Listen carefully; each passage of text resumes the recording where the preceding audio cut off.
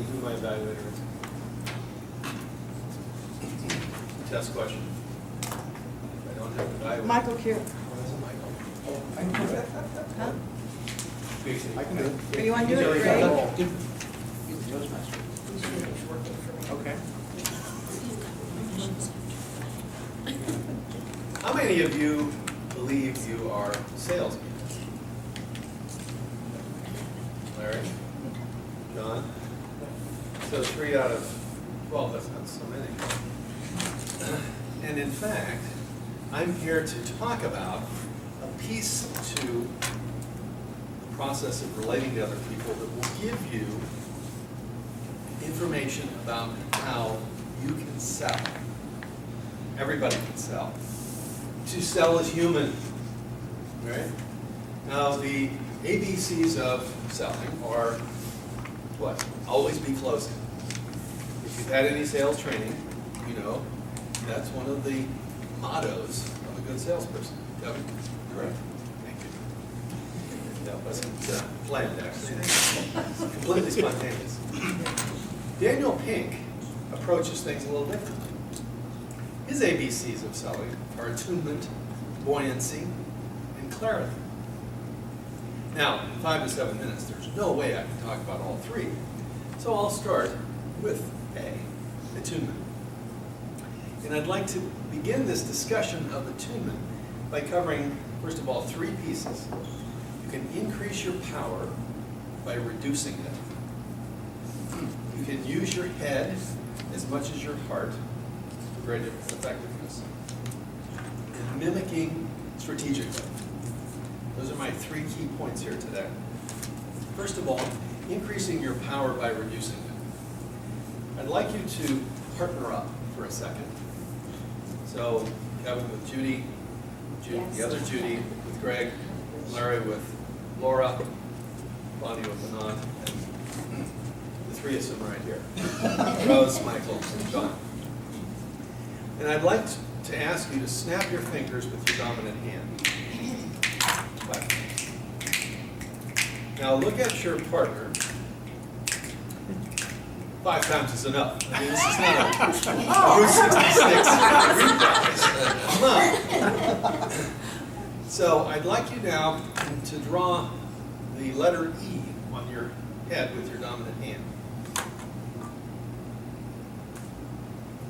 Now where your partner's watching, Lowercase or uppercase? uppercase, that's an important question. I'm sorry I missed that. Uppercase E. Should we look at each other? Yeah, look at each other while you're drawing the E. All right. Now, did your partner draw an E so that they could see it, or did they draw an E so that you could see it? So that I can see. Okay, you guys did it correctly. If you think about the mental process you go on when you meet somebody, if you're looking at it from their perspective rather than your own, you have a better chance of connecting, and then a better chance of building a relationship that will lead to a sale. Now, Pink's book is based on a lot of science. A lot of selling books are motivational and give you a lot of pumped up energy in reading them. But my experience is the majority of them are not based on science. Daniel Pink, To Sell as Human, is based on scientific studies. So, increasing your power by reducing it, he actually took a study that was done on this modified version of E and looked at people who were higher ranked in an organization, people that were lower ranked, and actually had an experiment where someone went out to dinner with a potential client, and it was a bad meal, and they got an email back summarizing what had happened in that dinner, and the email back was a sarcastic comment about how good everything was. Well, the more senior person took them at their word. The more junior person understood that there might be a double meaning there And they got it, even though they were lesser ranked in the organization. Increase your power by reducing it. The second piece, use your head as much as your heart. Now, in a 2008 study, 1/3 of negotiators were instructed to imagine what the other side was feeling, while 1/3 was instructed to imagine what the other side was thinking. And the remaining third, given bland and generic instructions with the control group, basically dead to either one. What happened was that the feelers struck many more deals than the control group, but the perspective takers, people who were thinking about what that other person was thinking, satisfied both sides and cut more deals. The third piece to attunement is mimic strategically. Now, I do this every day. If I get an email from John and he starts it off with my first name and a colon, doesn't space anything underneath, and types all one big paragraph and then his name without any spacing, I will do the same thing. I do that with clients, I do that with candidates, and it's a way of connecting that's just mimicking that person and communicating with them the way they communicate. So I type the same way that that person types.